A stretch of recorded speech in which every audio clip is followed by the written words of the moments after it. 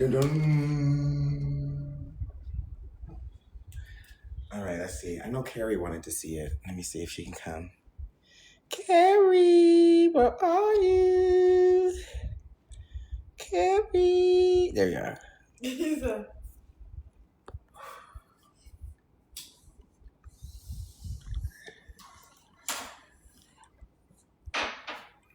All righty. All right, are we ready? So we got to time it too. Let's start at 5:30. That means we have to be done at 6:30. Okay, so you're at 6:30. Actually, like 6:40, like because we get to give ourselves 15 minutes for a Q&A. Okay. You can give him this amount of time. But you can't rush it. You can't be. And this thing is, watch how he's read. Because don't let this nigga read. Make sure he's actually like looking up. Because you should have. You don't have to memorize it fully, but you do need eye contact. So since I'm a professional, I'm gonna introduce. Sorry guys. Wait. Let me see if I can mirror it for y'all. There we go. Yeah. Ooh. We don't like that. All right, so we're practicing our speech that we're doing on Saturday in Atlanta. Come on, Chris. Good morning, Negroes, and welcome. I'm just playing. Good morning, good morning, good morning, and welcome to DNA Don't Lie, Reclaiming Broken Family Branches. The speakers are myself and my wonderful husband, Christopher Dillard.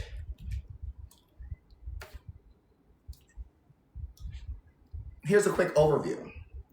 What happens when DNA reveals a family you never knew existed? As a Black gay couple, we share two intertwined journeys. One, an adoptee seeking identity and belonging, and one, an MPE, uncovering hidden truths through DNA testing. Together, we explore how adoption and unexpected family discoveries reshape self-understanding, challenge existing relationships, and redefine culture and connection. This workshop offers insight into navigating identity, belonging, race, family integration, and through the lens of lived experience and resilience. So what happens when DNA reveals a family you never knew existed? For many people, DNA testing opens doors to hidden relatives, unexpected truths, new cultural identities, complicated emotions, and rewriting your life story. DNA doesn't reveal genetics.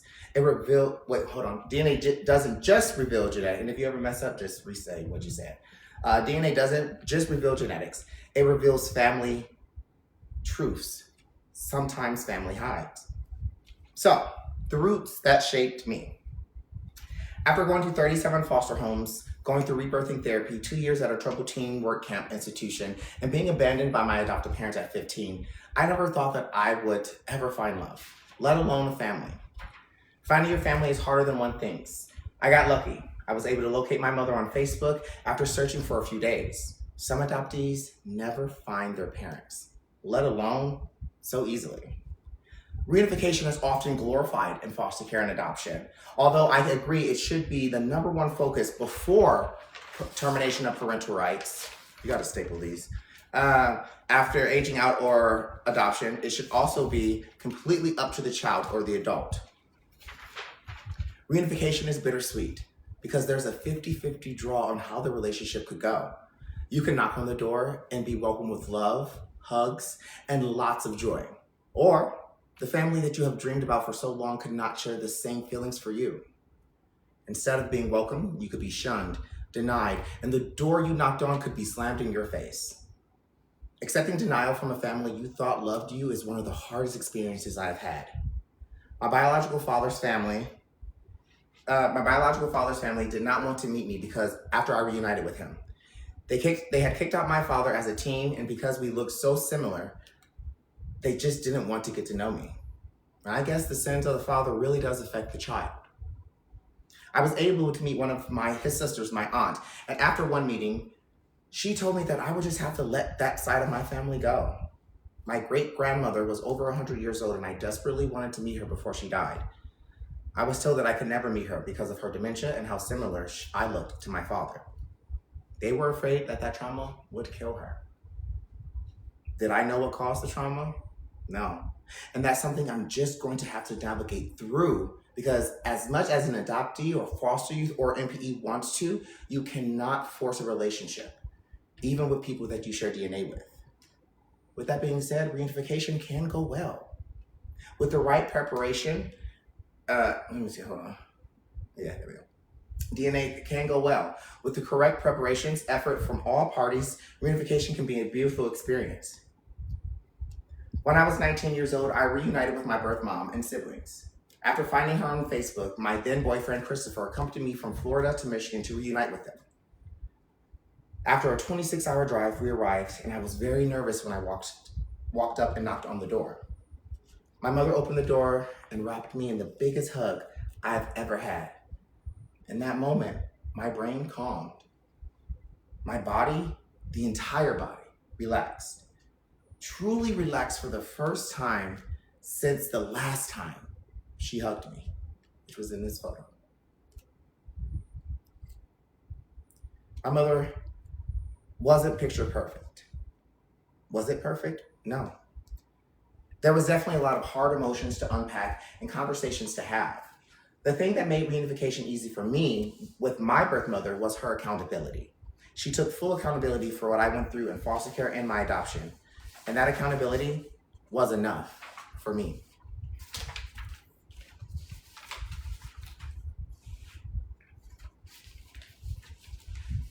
I should say the roots that shaped me, Yeah, they're like the roots that shaped me. I grew up believing one story about who my father was. For years, that story lived in my mind as truth, unquestioned and unchallenged. That was the name, that was the face, and that was the answer. You gotta come to the. Oh, I'm not. Yeah, you know. I see. Let me direct the PowerPoint. Okay. I made the prompts.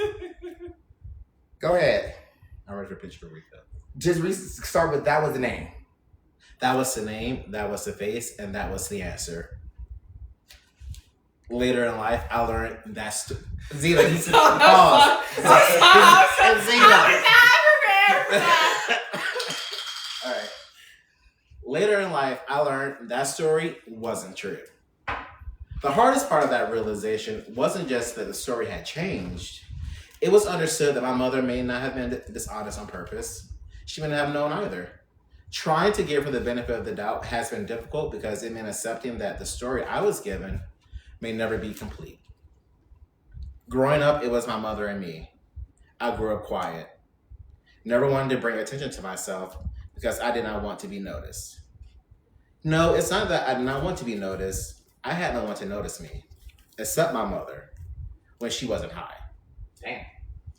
Was she abusive? Physically? No. But emotionally, I had to be the adult. I was the one who provided the reassurance. These times were not the greatest because I then became the parent. And I had to take care of her to make sure that she was still allowed to take care of me. Watching her smoke crack from cans and pass out on the bed, leaving you there as the caretaker, the watcher. And that changes you. That makes you ask, where the hell am I? And where is my father? Okay, pause. What you need to do is when you're saying these lines that like, she's smoking crack from cans, look up. I do that, don't I, Z? Look around. Get them to feel it and engage. She's smoking crack out of a can. Okay, Pause. I'll go back to there. Take a look around. Okay. And then look at people's faces because they like. Take a look around. Anything that's really dramatic pause. Okay, all right, I'm gonna start over. So, yep. These times were not the greatest because I then became the parent and I had to take care of her to make sure that she was still alive to take care of me. Yep. Watching her smoke crack from cans and pass out on the bed, leaving you there as a caretaker, the watcher. And that changes you. That makes you ask, where the hell am I? And where is my father? At one point during my childhood, my grandmother began to live with us. My grandmother was my rock. One thing she always said was, take pride in yourself. Unfortunately, my grandmother passed away in 2013, but I know that she'll be proud of the person I have become. From a young age, I knew that this was not where I belonged. This cannot be the end of my story. At age 10, I made a promise to myself, and that was to leave. To get out and live in the mountains and explore what I read about in my geography books. To find love and to find the family I was missing. But the most important promise I made to myself is to never return where I grew up. never to return to what shaped me because I feared who I would become. I fear that I fear that I would live the life so many whom I saw around me throughout my childhood. But most of all, I feared I would become stuck. It's always hard to hang out with friends at their homes and see how different our lives were. It got to a point where I would constantly be at their home so I wouldn't have a complete feeling of a two-parent household. I was an outsider. Their family, nor my friends, from what I can remember, ever made me feel as such. But still, I knew I did not belong. Once I was in college, I was able to finally be myself and begin to explore who I really was. And that includes coming to the realization that I was gay. Yeah. However, watching all my friends and people that I just met with their family, I was stricken with that never-ending question of, where's Rico? Where's my father? During college, I met Carlos, my husband, and we exposed. During college, I met Carlos, my husband, and was exposed to a whole different type of family structure, one that I heard about but never really understood, and that was adoption. It wasn't until much later in life that I would discover how our worlds intertwined. With Carlos, I was able to witness reunification in real life. I was able to see a family be reconnected and that broken branch be reclaimed. Was it perfect? Heck no. But it gave me hope that I would have that same reunification, or unification in my case. I was on a mission to find Rico. But where would I look? Hell, who would I ask? I thought my aunts and uncles would be a good start. After all, they have known me since I was a baby and would have met Rico. But much later in life, I would discover that they had been holding a secret as well. On a sunny Florida day in July of 2022, a day before a cruise Carlos and I were going on, my aunt sat me down in her living room. The topic of my father had once again reared its head. After 33 years of living, my aunt gave me my first honest answer to who my father was, and it was not Rico. She wanted to tell me there was a man named Harold, or possibly Harold, as she was not sure, but she was adamant it was not Rico. This revelation changed the course of my life and brought me to tears. For 33 years, I had lived a lie. My mother told me this man was my father. Now I was even more lost in who I was. This is when Carlos turned to me and said, for Christmas this year, I'm going to find your father.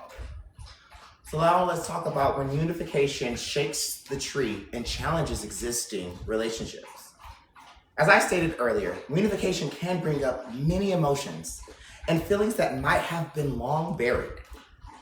Even though I may have gotten answers for all of my questions, there was still the reality that you can feel anger, disappointment, and other emotions surrounding your childhood and your upbringing. I know I was angry.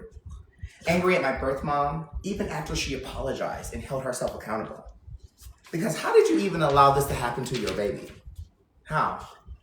I was also angry at my birth father for never coming for me and creating a whole new family, even reusing my exact name. Reunification can trigger re-victimization, especially if you're in a relationship with a person who also experienced domestic violence.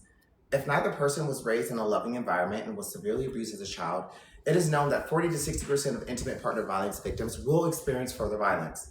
It stems from impaired danger recognition, trauma-induced psychological changes, and sometimes compulsive reenactment. So both parties have experienced violence, and the likelihood of domestic violence in their relationship is heightened. And unfortunately, that's what happened to us. Ultimately, I learned that in my marriage, yes, we also married the family, but the family I had built has to come first, and my relationship with my husband has to come first. Reunification can be exciting, but trying to reignite a toxic relationship can destroy what little family you have left. There are questions I probably never get the answers to about why things happen the way they did. Who knew what and when?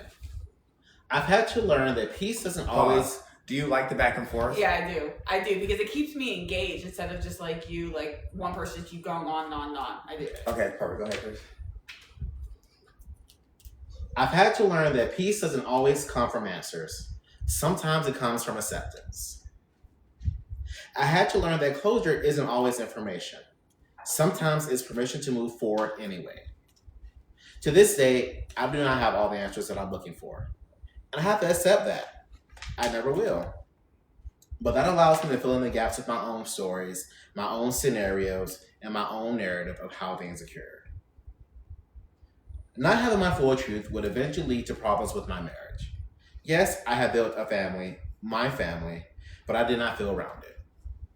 I had an idea of love, but not the complete picture. Oddly enough, through this journey, I learned that I had not seen any family member in a successful marriage. I essentially knew nothing. I would go on to emulate the love that I had seen my mother, my first teacher, give to others. Later in life, I would learn that this was not love, but manipulation tactics. She did not show love. She showed how to get what she wanted. You can imagine how showing love in this way affected my relationship. It showed up as violence. I began to show the behaviors of my mother, of the men who she allowed into our homes, who would physically abuse me as my father figure and as someone who loved me. I remember being told, "I'm doing this because I love you." To a child, to me, that translated to, "I am hurting you to show you how much I love you." This pattern behavior would lead to my husband and I separating. I was now truly alone in my house with no one to talk to but myself. In those moments, this is where you find the clarity and the answers. When you have to sit with yourself and only yourself, it teaches you.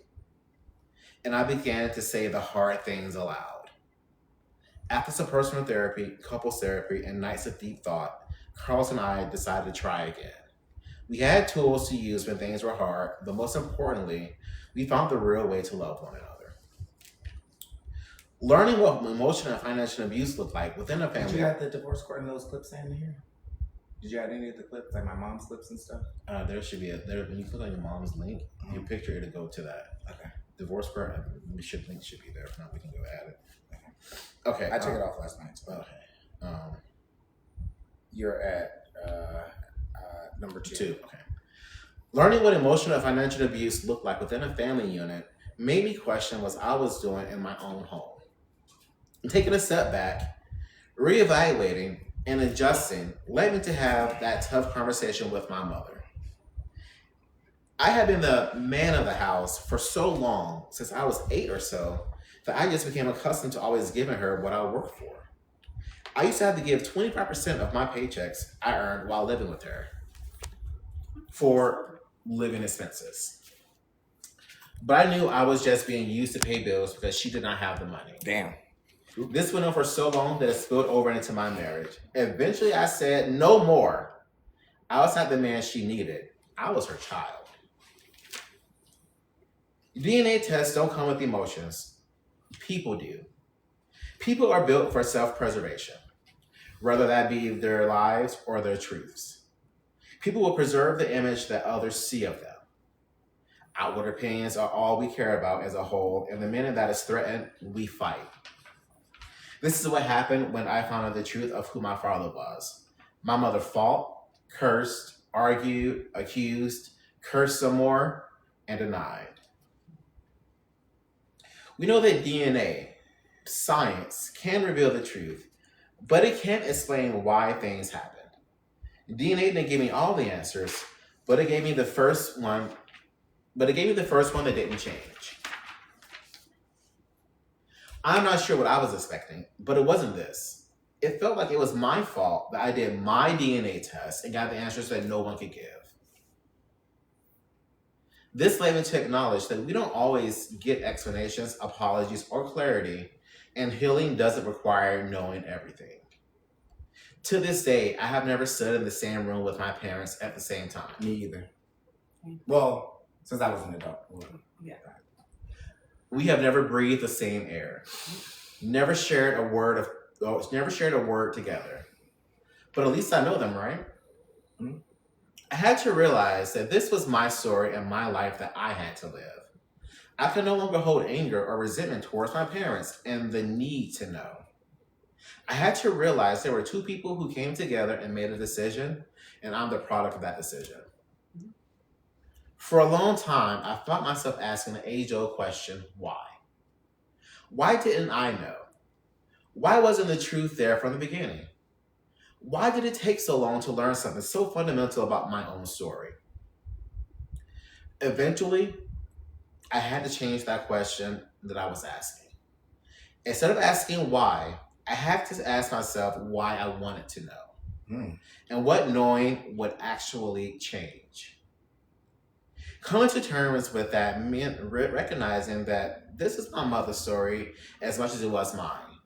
It was her experience, her past, and her truth to carry and to share in the way that she chose. I had to accept that I wasn't entitled to every piece of it. Grieving one branch while growing another. After 6 years of reunification, my birth mother and sister were killed in a tragic car accident. You see, you got it here? Yeah.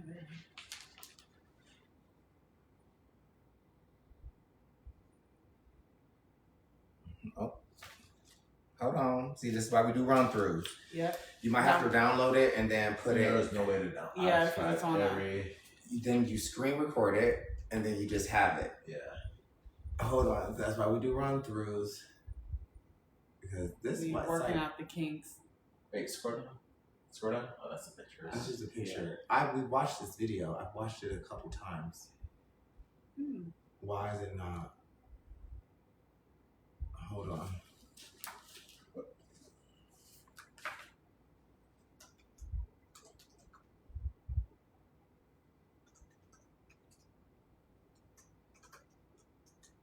So we need to download that video so we can just pull it up personally, okay? Okay. So you need to do that before we leave.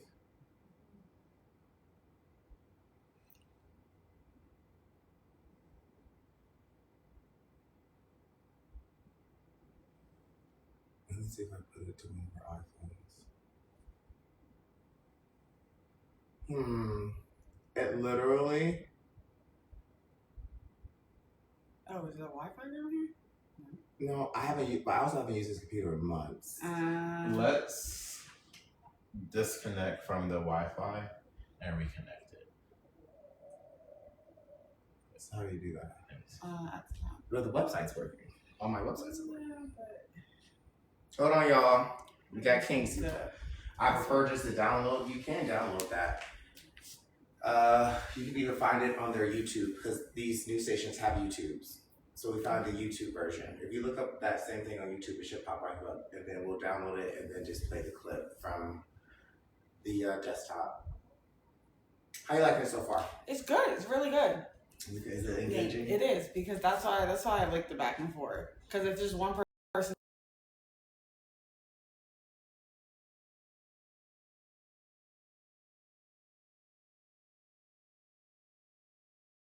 We have to go back. Back and forth, yeah.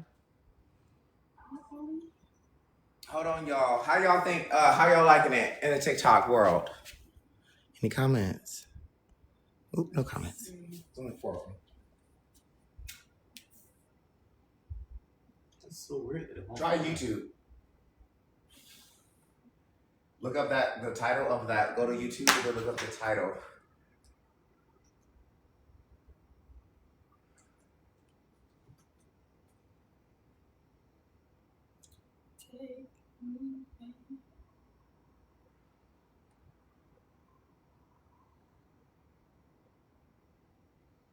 Did you see? Now I gotta have to download all of our videos. Yeah. Yeah. What did you say, C? Did you see someone made a Jeffrey Epstein TikTok account Oh my god. and they got 1.2 million followers and still got banned? It was only up for like 24 hours. They're using AI to pretend to be him? Yeah. Oh wait. Wait, alright, here we go. Okay.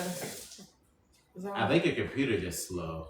Well, sounds like I need to do it. For over 25 years, Steiner's Amish Furniture has Sounds been like I need your to do it.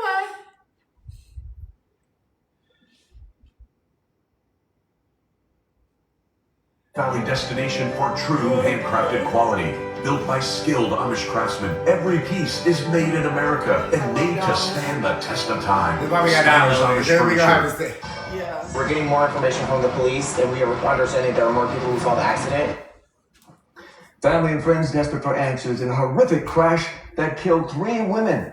Tonight, loved ones braved the cold and rain for a vigil to remember those victims. They're pleading for witnesses to come forward to help with the investigation. Fox 2's Randy Wimbley was there.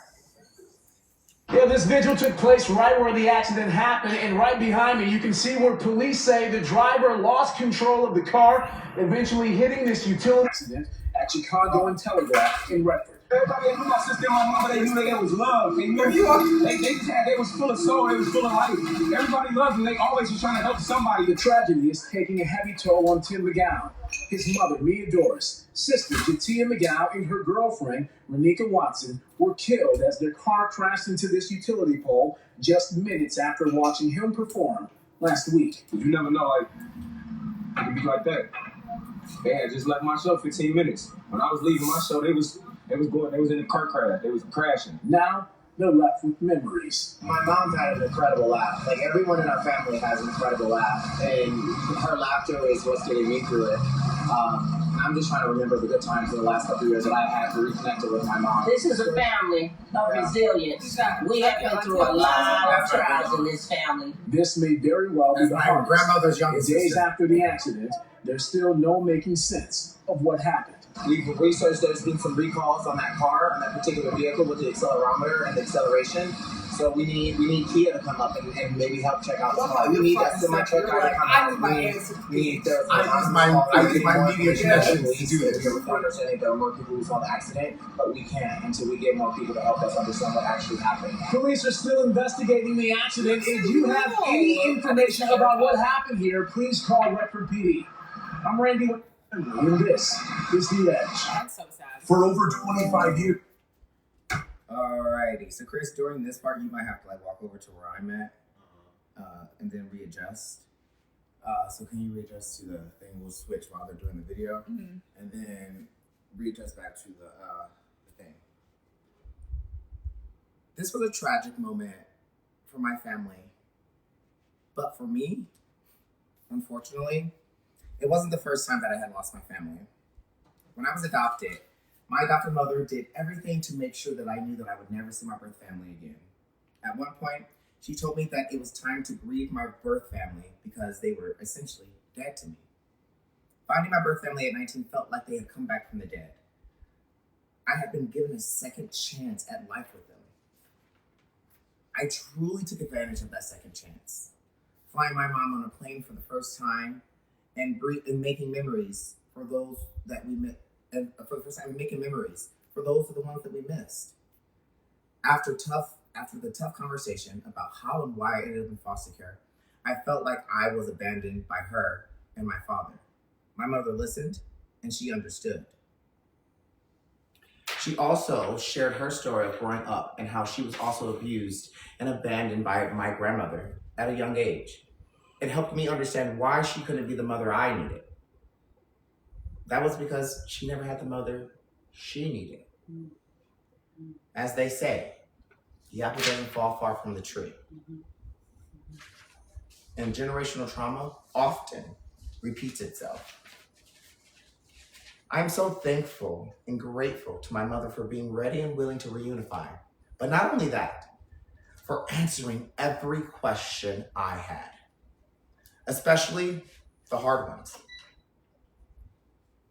The ones that she would have to answer to God. My mother was not perfect, but she was a good human being because good humans take responsibility for their actions and they try to right the wrongs they do to others without excuse and take full accountability. That's my mother's legacy, and it lives on through me, my siblings, and their children. What do you do when the family you've yearned for your entire life finally appears, but it doesn't feel like the family you imagined? I got the Antoine Fisher moment, but it didn't last. For so long, the idea of that lost branch. Another thing, babes, we gotta put on our notes. Put when I need to switch pages. Because I'm just looking at the titles, but I don't know. Some of them got like 2 or 3. Switch PowerPoints. Yeah. Right now, I'm just kind of peeking. Yeah. Go ahead. Okay. For so long, the idea of that lost branch lives in your mind, built from hope, curiosity, and quiet questions that never had answers. I imagine the laughter, the resemblance, the instant sense of belonging. I imagine that somehow, when I found them, everything would click into place. I found myself asking questions I never expected to ask. Like, is this real? Is this really who everyone is? Or is this a version of themselves they think I need to see? Are these genuine connections forming in real time? Or are we all carefully navigating around decades of absence, trying to be kind to a story that none of us fully know? I had to decide whether I was going to carry resentment for what I didn't get or a gratitude for what I still had. Meeting family after a lifetime of distance, I was not just meeting people, I was meeting history. The unspoken truths, the missing chapters, but most importantly, the moments that happened without me. Losing my grandmother earlier in life was an eye-opener for me. I realized that she was the glue who kept the family together and the one I trusted the most. Losing her made me realize that I cherished that part of my family for the maternal connection that she gave. Something my mother tried to do, but was not very good at. What they say is true about the bond a grandmother and grandchild, the first grandchild, share. A grandparent provides unconditional, non-judgmental, non-parental love and bonds. And 13 years later, I still miss that. With the loss of my grandmother, that was the loss of my last known grandparent. Wrong race, right roots. For adoptees and those raised outside of their biological families, DNA can reveal cultural identities that they thought never existed. This can lead to questions like, what culture do I belong to? Am I half Black or not? How do I reconnect with heritage? What traditions were lost? DNA can reconnect people to ancestral identity and community. As a transracial adoptee, I was not only disconnected from my race, but also my cultural roots. Where was my blood from? Who were my ancestors? These are questions only a DNA test can answer if you have been disconnected from your race, family, and culture. Even though I was able to reunify with my biological family, there were still broken branches about our ancestry that no one knew the answer to. Ancestry.com gave me the opportunity to identify not only my culture, but with a genealogist, I was able to trace my ancestry all the way back to before slavery to my great-great-great-great-grandfather, Benjamin McGow, and Thomas, or what is his name? Oh, I only did one family. We got two family trees. He was born shortly after the Civil War started. Great-grandpa Ben married his wife, Carrie, and they had only one child, Truly McGow. Truly grew up and married his wife, Lily. They had a son, Rafe McGow, my great-grandfather, in 1912. Truly served in the Blacks-only unit in World War I in 1918. Rafe would marry Clementine, and they would have my grandfather, Rafe McGow Jr., in 1935. Rafe McGow Jr. married Inell Patton, and they would have my mother, Mia McGow. My mother then went on to have 4 children, Jatia, Alex, Timothy, and Carlos. Before Ancestry, I didn't know my ancestors and were some of the first Black homeowners in Louisiana. I didn't know that my ancestors who ran away from slavery helped build the Underground Railroad and kept coming back for more people. Before Ancestry, and because of our American society, not only was I not taught Black history, I didn't even know my own family's Black history. My great-great-great-great-grandmother on my maternal side, Mahuda Cook, was born a slave in 1855.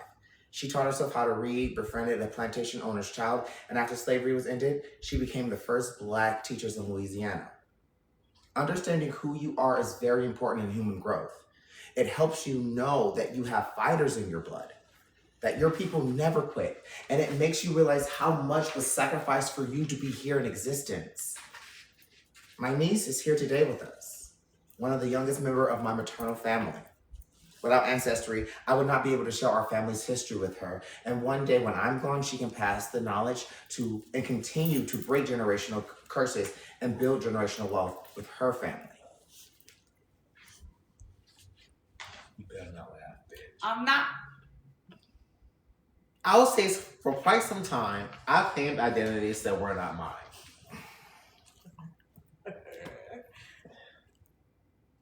I claimed them because this is what I was told.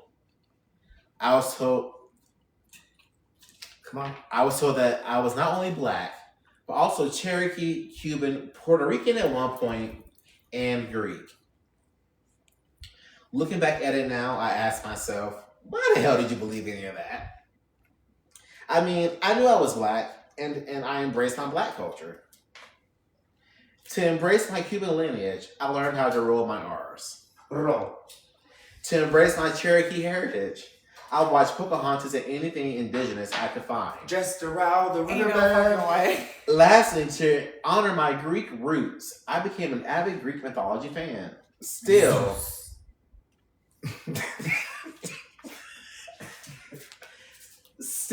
it did not feel right and it did not feel true. As I started searching for answers, I realized I was just looking for a name or a piece of information.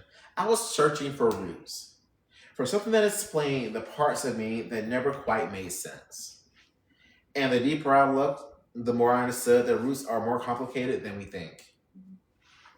They aren't just about race or biology. They're also about the people who raised us, the values we were given, and the truths we discover along the way. My story may not match the picture I was given at the beginning, but that doesn't mean it's any less real. It simply means that identity isn't a single branch. It's a whole tree, growing through truth, uncertainty, and the courage to reclaim the parts of our story that were once hidden. Now pause. This conference we're going to is called Untangling Our Roots. Right. So our whole thing has It's been about surrounded being about roots, branches. Did you pick that up Yeah, yet? I did. Okay. When truth changes your roots, sometimes DNA reveals family secrets or truth, misidentified parents, hidden siblings, unexpected ethnic backgrounds. These discoveries can force us to rewrite the story that we knew about ourselves. But truth also creates opportunity for healing. For me, it was learning that my family was more than what they were the last 2 generations before me. My grandmother was an alcoholic that affected her children, and all I ever knew was my family was poor from the inner city of Detroit. That we weren't anything but unsuccessful descendants of slaves. And that's simply not true. As I stated earlier, we have a long history of civil rights activists. That's not me, see, that's why we need it. We have a long history of civil rights activists, change makers, and educators in my family, which made it make more sense of why I'm so passionate about children's rights. And I love educating others about it. Learning the truth about my ancestors through DNA testing has given me so much more pride and confidence to continue to educate and be a change maker, not only for society, but for my family's future generations.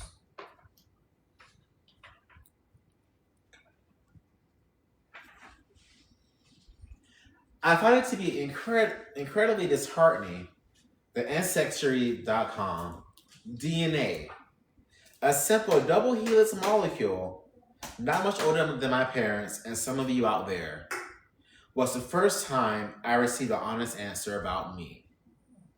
I finally knew who I was, and it was not Cuban, Greek, or Cherokee, but it was me. I was able to discover something else I had been longing for, and that was connection to my paternal side. I got a hit, and not just any hit. After working with a genealogist, I learned that she was at least an aunt or a close first cousin, but it was something. Karlos had done what he said he would do. He found my father, at least that side of the family. All at once, every emotion came rushing in. I felt it all. The sadness, the anger, the confusion. But more than anything, I felt the questions. The kind of questions that don't just sit in your mind. They echo in your heart. This man, this stranger, was not named Rico or Harold, the man I was told could be my potential father. No, this man was saying something completely different. Who was this man? And more importantly, how did my mother know him? The day finally came when I got the opportunity to talk to someone from that side of the family. The first person for me who knew my father, or at least a potential man in their family who could be my father. That person is my Aunt Sabrina. And she welcomed me with open arms and told me about her siblings and parents, the nieces and nephews. But she had questions, and rightfully so. I myself was a stranger, a disruptor, an unspoken truth, but whose truth was it? There were only so many options, and one of the options had passed away. The only left her brother. After taking a look at some pictures I had sent her, she knew then. She deduced who my father was and let me know his name was Milton.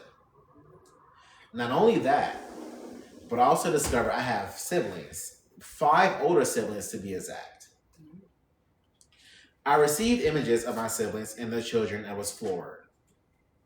I resembled each of them in some way, whether it be the shape of my nose, my smile, or my hairline was up of it anyway. The point being, there was a resemblance that we could not deny. Looking at my brother Darius was like looking into a mirror. He had my face and I had his. I had finally, after 33 years and lots of tears, found that missing connection. I knew who my father was. Talking more with my aunt about my father, I discovered that he was married. Not only that, but he had been in a relationship with his wife for close to 40 years. Now, I'm no mathematician, but the math was not mathing. I even counted on my fingers. If I were 33 and my father had been with his wife close to 40 years, when the heck was I conceived? Damn. How was I conceived? Then the truth finally reared its head. I was an illegitimate child. A bastard. Damn, not a bastard.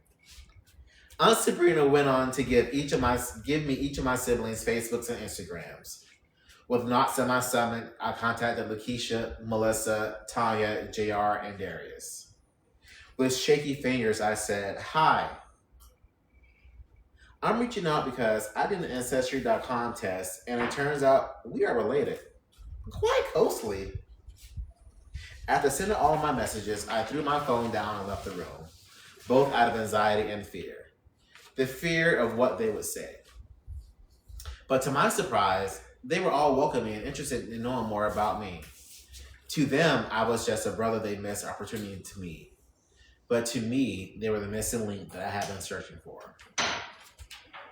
Next came the hard part. I reached out to my mother to get the answers to the questions. Some of them only she would know.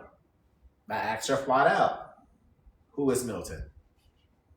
I let her know that I had done a DNA test, and they told me all the identities she had told me, the potential fathers, were all wrong. Immediately, I was met with anger and asked, "But what the fuck do you want me to do about it?" Wow. Was this deserved? Was this all because I found out who my father was? Was this all because the truth she had told me, the lie that it was unraveling? I still ask, what was it? I was innocent in all of this. I was a reflection of their actions. So why was she angry? She was angry because I had broken the hold she had over me of knowing who my father was. I had gotten my own answers. I had found the family that I was missing. It would be about 3 months from the discovery of my paternal side before I actually spoke to my father. The initial conversation was short and I did not know what to say. Here I was, after 33 years of waiting, all the searching and digging, and I was silent. I do not think it was because I did not know what to say, but it was a how. How do I say things I wanted to say all these years, and would he be receptive to it? To me? I listened to my dad talk for the first time, absorbing everything that he said. I listened to his tone and his inflections, and how he fell silent when nothing else was left to say. He told me a little of his life and our family. Just as much as he was a stranger to me, I was a stranger to him. Listening to him talk about it became apparent that he did not know that I even existed. Yes, he knew my mother, but that was the extent. He knew that she was pregnant the last time they saw one another, but that was it. He did not know that the child born in her belly shared his DNA, and that decades later, that same child will be standing before you all telling his story. Reclaiming broken branches. Reclaiming family connections takes time. Helpful approaches include genealogy research, DNA databases, family storytelling, cultural reconnection, and therapy and support networks. The goal isn't just to find relatives. It is reclaiming identity and belonging. Although you can learn a lot from DNA testing, DNA reveals genetics, but it cannot tell you who raised you, who loved you, who showed up for you, and who protected you. Family is both biological and a relationship. My chosen father, Perry Morgan, is not related to me in any way, biologically or legally. But he was my father. He is my father because he showed up when I needed guidance the most. After I was homeless and human trafficked, he welcomed me into his home as a teen and raised me, loved me, and was one of the only people to show up for me during my high school graduation, besides my friends that I had made. Perry taught me how to survive this country, not only as a man, but a Black man. But the important thing he taught was that you do not have to be where you come from. And you do not have to look like what you've been through. You can reclaim broken branches and create a new family. Hold on. Yeah, babe, we need, okay, yeah. I need PowerPoint notes on this. So we do that at the airport. Although I reunited with my birth family, it was not always easy. Even though I spent the first 7 years knowing all of them, they now felt like strangers to me, and maybe I to them. I felt like an outsider because once they were taken from me, I was literally abused to be more like my white adoptive parents. Before her death, my sister and I were on speaking terms because of some lifestyle choices she made. I now know the feelings stem from me being raised by people who look down on Black people. I looked down at my own biological sister, and that was wrong. Instead of taking time to understand why she was doing what she was doing and trying to be her brother in a support system, I judged her. And I wish I could go back in time to redo this because she deserved support. Loving family support. By the time my mom died, we were two peas in a pod. Even though she didn't raise me fully, didn't protect me, or show up for me as a child, I knew she loved me so deeply. So when we reclaimed our broken family branches, we developed a new relationship. She was more of a friend than my mother. And naturally, that tends to happen with children and parents, but for foster youth and adoptees and MPs, this experience can be so different. I had to make not only my mother, but my siblings and my family understand that I was not the little boy that they last knew. I had grown. I had different opinions and boundaries than when they last saw me. Reclaiming my broken branches with my surviving siblings hasn't been perfect, but I'm so happy that we are still here to try. Even today, my brother flew down to support me and show up for me because he loves me. And I try my best to show up for all of my family as much as I can because I love all of them too. Repairing what the system broke isn't going to be easy, but it's definitely worth it because the future of our family is worth it. With all that being said, some family branches like mine with my paternal side will never be reclaimed. So instead of worrying about things I cannot control, I have chosen to leave those biological branches where they lie and create a new paternal side of my family tree with my chosen father and now my husband's family. For most of my life, I believed the story I was told about my father. I carried that story with me everywhere. I carried it throughout childhood, through questions about identity, through moments when I tried to Well, understand. do you like the background and how it's flowing? Yeah, no, the background they make sense. Because we are, and when we switch to different segments, do we announce the segments or we just do? No, you just do it because they can read the segment for themselves. And that's, you see, I put the little bit of Yeah. the intro in there Right, just so yeah. they can read. Okay, Yeah. perfect. Go ahead. Sorry, y'all. We're practicing. We got to leave tonight. We're leaving tonight. I carried it throughout childhood, through questions about identity, through moments when I tried to understand where I fit in. But the day I learned the truth, I realized something. Sometimes the branches of your family tree break, and we have to decide whether we ignore them or reclaim them. Time is one thing no family reunion can ever give me back. When I began discovering the truth about my family, I realized that discovery doesn't just bring answers. It makes the loss feel louder and the moments of presence feel more precious. Mm-hmm. When I meet family after a lifetime of distance, I'm not just meeting people. I'm meeting history. I'm meeting unspoken truths, missing chapters, and moments that happen without me. And in those moments, a quiet question starts to whisper in my mind. Am I really seeing them? Or am I seeing the role they feel they need to play for me? And oftentimes, I wonder if they're asking the same question about me. The truth is, with long lost branches of a family tree reconnect, we all walk into that moment carrying expectations. I hope to be accepted. I hope that who I am will be enough. But the real question becomes deeper than whether the family I found is the family I imagined. The real question is whether I can learn to know them, not as a dream I carried for years, but as the real people standing in front of me right now. And maybe even harder than that, whether I can allow them to truly know the real me too. A recent event I remember is the passing of an uncle.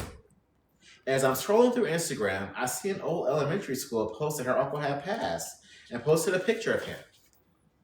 Immediately, my mouth opened. This could be true. I remember thinking. I went back to where I saw my uncle had passed, and it was the same person. Immediately, I reached out to my siblings and sent a picture of the elementary school friend, asking if anyone knows this person. To my surprise, I am once again late to the party. Almost instantly, my brother JR responds, "That's your cousin." That's crazy. By this time, I'm completely floored. My real cousin.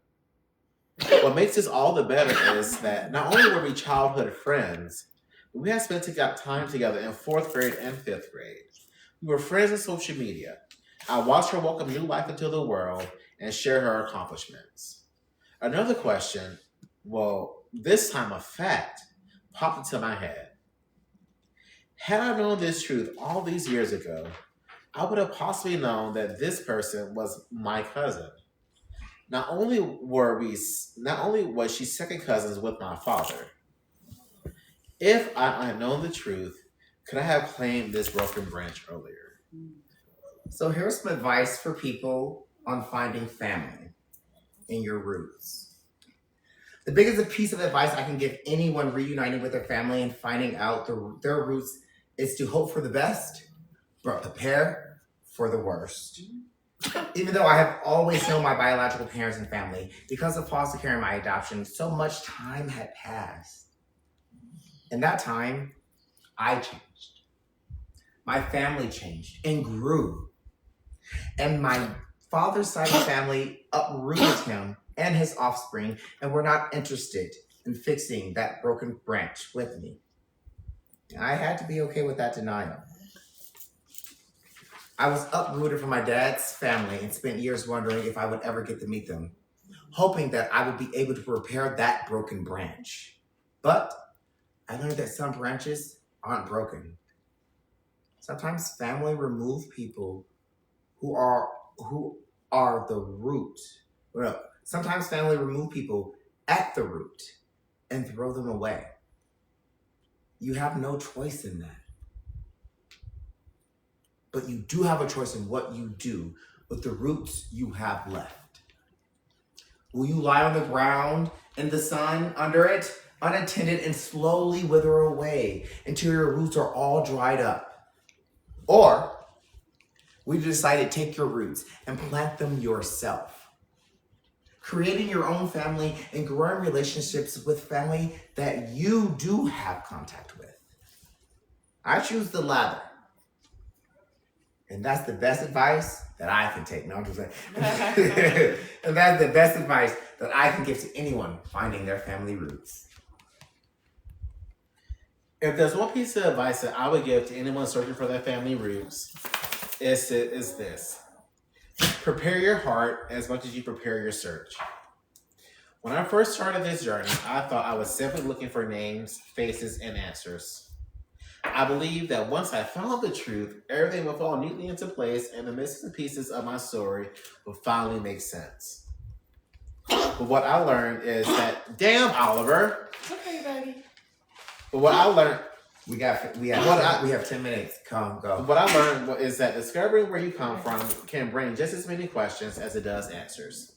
It can uncover joy, but it can also uncover confusion, disappointment, and truths that don't always match the story you've lived with. I had to learn that sometimes the people connected to your story may not even know the full truth themselves. I also learned that patience and grace are essentially on a journey like this, are essential on a journey like this. Patience for myself and grace for the people I met and will meet along the way. Everyone carries their own version of the past, shaped by their memories, their expectations, and sometimes their pain.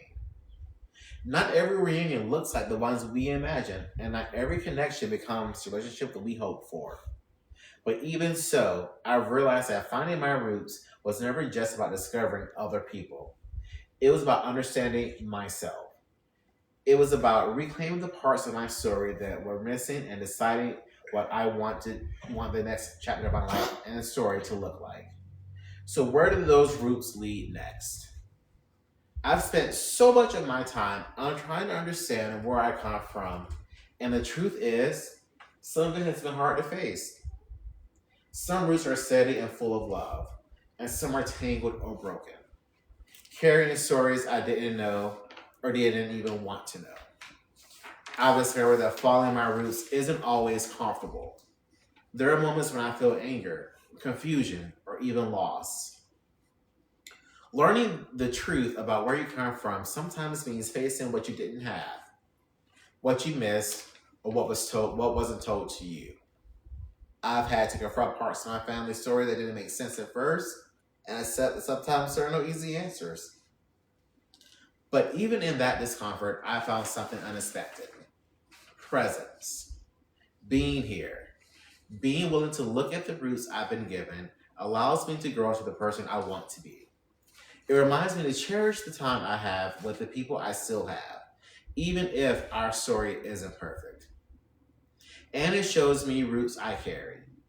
They are complicated, messy, and beautiful.